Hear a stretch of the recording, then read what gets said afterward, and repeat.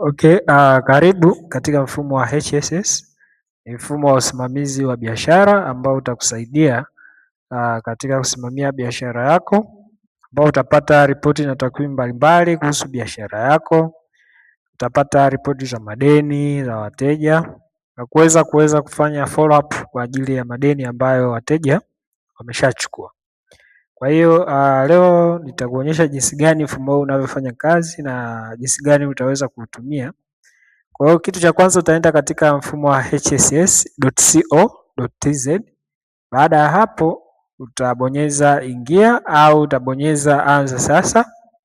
Baada ya hapo itakupeleka katika page ambayo unaweza kutengeneza akaunti yako. Utaingiza jina la biashara yako, utaingiza majina yako. Baada ya hapo utaingiza email yako. Baada ya hapo utaingiza namba ya simu. Baada ya hapo password. Baada ya hapo utatengeneza account. Lakini kwa sababu mimi nina account tayari, kitu nitakachokifanya nitaenda sign in. Baada ya sign in nitaweza kuingiza email yangu. Baada ya hapo nitaweza kuingia katika account yangu.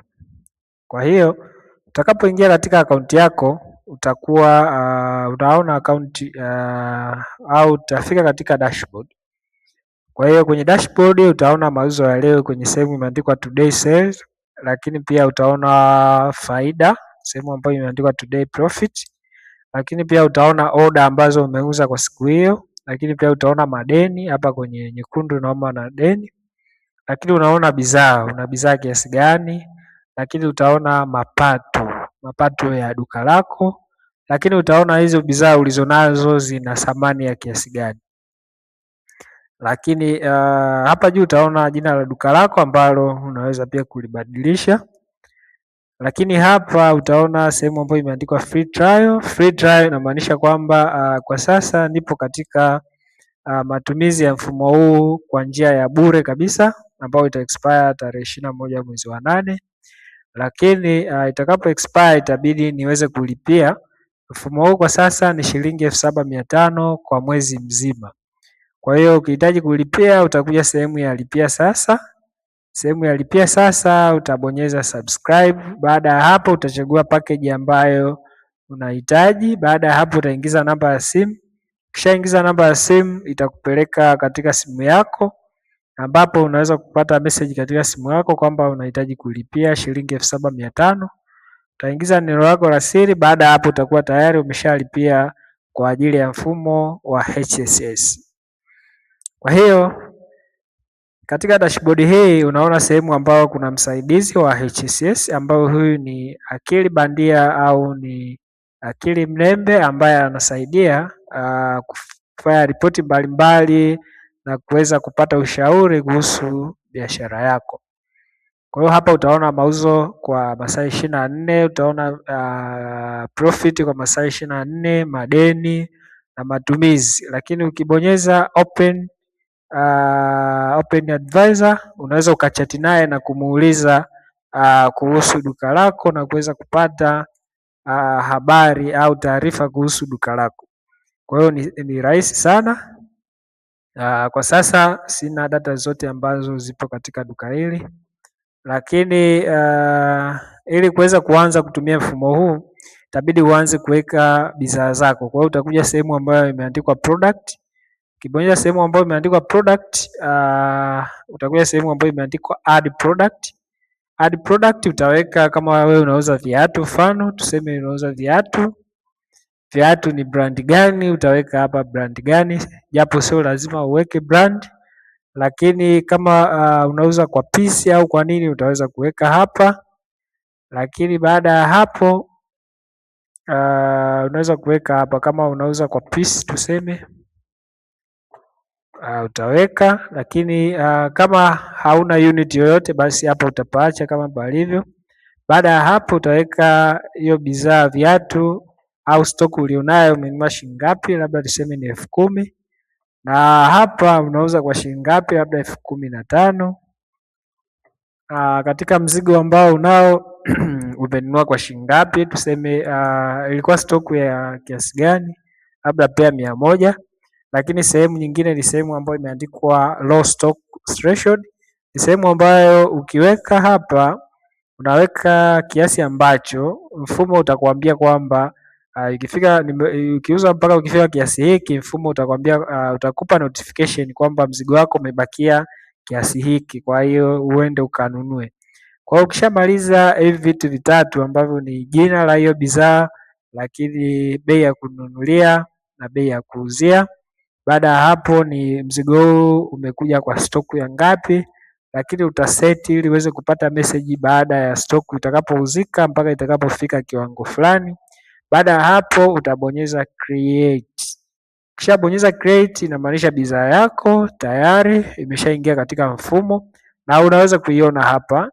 Hapa inakuonyesha kwamba stoku yako ni kiasi cha stoku ya 100, lakini ulinunua hiyo stoku kwa kila piece ulinunua kwa shilingi 10,000, lakini katika mfumo huu unauza kwa shilingi 15,000. Kwa hiyo inamaanisha mzigo huu una thamani ya shilingi milioni 1. Kwa hiyo nikiuza wote huu mzigo inamaanisha nitaweza kupata shilingi milioni 1,500,000. Kwa hiyo hapa utaweza kuendelea kuingiza bidhaa nyingine, utaingiza bidhaa nyingine, ni rahisi.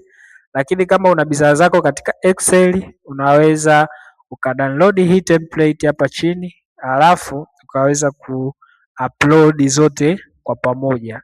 Lakini kuna sehemu ya print barcode. Kama ni bidhaa ambayo unaweza ukaweka barcode, basi kama una barcode printer unaweza ukabonyeza print all au ukaprint barcode ya hiyo bidhaa moja tu. Kwa mfano kama hapa ni viatu, ukaprint. Baada ya hapo ukaweka katika bidhaa yako ili iwe rahisi wakati wa kufanya mauzo. Kwa hiyo kitu kingine ukishamaliza kuweka bidhaa, tuseme kwamba mteja sasa amekuja dukani na anahitaji bidhaa ambayo umeshaweka, utakuja katika sehemu ya kwanza. Ukija katika dashboard utaweza kuona kwamba una bidhaa moja, lakini hiyo bidhaa ina thamani ya shilingi milioni 1. Kwa hiyo baada ya hapo mteja amekuja dukani akwambia anahitaji bidhaa. Kwa hiyo utakuja sehemu iliyoandikwa point of sale, POS. Ukibonyeza POS utaweza kuona bidhaa zote ambazo unazo katika duka lako. Kwa hiyo mteja anakwambia anahitaji viatu pisi 2. Kwa hiyo utabonyeza tu hapa kwenye viatu vile ambavyo anahitaji. Kwa hiyo wewe utaweka pisi 2 ambazo ni jumla ya shilingi 30,000. Lakini mteja wako anakwambia naomba nipunguzie kidogo, anambia basi nimekutolea shilingi 2,000. Kwa hiyo hapa utaweza kuona kwamba hiyo mteja atalipia shilingi 28,000 kwa sababu umeshampa discount. Lakini unaweza kuweka taarifa za mteja, mfano unaweza kuweka taarifa zake, ukaweka na namba yake ya simu, ukaweka hapa, lakini ukaweka na email yake. Kama hana email basi hizi taarifa tu zinatosha kwa ajili ya follow up na vitu kama hivyo. Baada hapo utasave. Kwa hiyo ukisha save utabonyeza checkout. Ukibonyeza checkout kuna njia mbalimbali za kuweza kufanya malipo. Aidha unaweza ukampa lipa namba yako akalipa, ukampa benki akalipa, benki kama ni NMB au benki nyingine, au akalipa kwa deni kwamba bwana mimi sina cash, nahitaji kuchukua hii bidhaa lakini nitakuja kutoa pesa, au mteja huyo ana cash. Kwa hiyo kama ana cash anakuambia mimi na 28,000, kwa hiyo utaweka 28,000 yake. Hapa itakwambia kwamba hana change ambayo anadai, lakini mteja anakuambia hapa nina shilingi 30,000, kwa hiyo utaingiza kiasi cha shilingi 30,000. Mfumo utakwambia kwamba huyu mteja atahitaji umrudishie shilingi 2,000 kama change yake. Baada ya hapo uta complete sale. Kisha complete sale imeshaenda tayari, umeshamuuzia yule mteja. Kwa hiyo ukija kwenye dashboard utaweza kuona kuna faida ya shilingi 8,000. Kwa nini? Kwa sababu ulimpa discount ya shilingi 2,000 kwenye kila bidhaa pale. Kwa hiyo alichukua pisi 2, ulimpa discount ya shilingi 2,000 na sales yote ni shilingi 28,000, faida ya shilingi 8,000. Lakini unaweza kuona pia kwenye msaidizi wako hapa atakuambia kwamba sales ni kiasi gani na kila kitu, ambapo unaweza kuchati na kuweza kuona kupata ushauri zaidi. Hapa anakuambia good performance 28 sales with one order, keep up momentum. Then hapo unaweza kuona recent sales, sales ambazo umeshafanya ambayo ni hii moja. Kwa hiyo ni rahisi kwa namna hiyo. Kwenye sehemu ya kuweka bidhaa utaendelea kuweka bidhaa zako. Lakini sehemu nyingine ni sehemu ya sales. Ukija kwenye sales, hizi ni sehemu ya ripoti zaidi, ambapo unaweza kupata ripoti kuanzia tarehe fulani mpaka tarehe fulani. Kwa hiyo utaweka hapa labda tarehe 1/7 mpaka tarehe fulani, au ripoti ya leo tu utabonyeza today, unaweza kuona ripoti yote. Lakini ukibonyeza ripoti hapa unaweza kuona ni bidhaa gani ambayo imeuzwa, lakini pia ni customer gani au ni mteja nani ambaye amenunua hii bidhaa. Lakini hii sehemu nyingine ya huu mfumo ni sehemu ya report. Ukitoka pale kwenye sales kuna sehemu ya report ambapo unaweza ukadownload hii report. Hii report ni sehemu muhimu kwa sababu inakwambia ni njia gani ya malipo ambayo inatumika zaidi, aidha ni cash au pre-order au ni invoice. Lakini itakwambia ni bidhaa gani ambayo inauzwa zaidi katika duka lako, lakini itakwambia ni bidhaa gani inayouzwa kwa quantity zaidi. Inawezekana bidhaa fulani inaingiza pesa zaidi, lakini sio bidhaa ambayo inanunuliwa kwa quantity kubwa. Lakini pia hapa kama una duka zaidi ya moja unaweza kuona performance ya kila duka lako. Okay, then baada ya hapo unaweza kuona sehemu ya customer. Ukibonyeza sehemu ya customer utaweza kuona wateja wako wote ambao wamechukua bidhaa kwako. Kwa hiyo ni rahisi, unakuwa na namba zao, unakuwa na majina yao hawa wateja. Kwa hiyo ni rahisi kwa ajili ya kuanza kufanya follow up. Kama mteja unaweza kumuuliza, je, kuna bidhaa nyingine labda unahitaji au kuna mawasiliano unataka kufanya na wateja wako. Lakini kuna sehemu imeandikwa earning. Earning hapa ni mapato au maingizo ambazo unaweza kuona profit ni shilingi 8,000.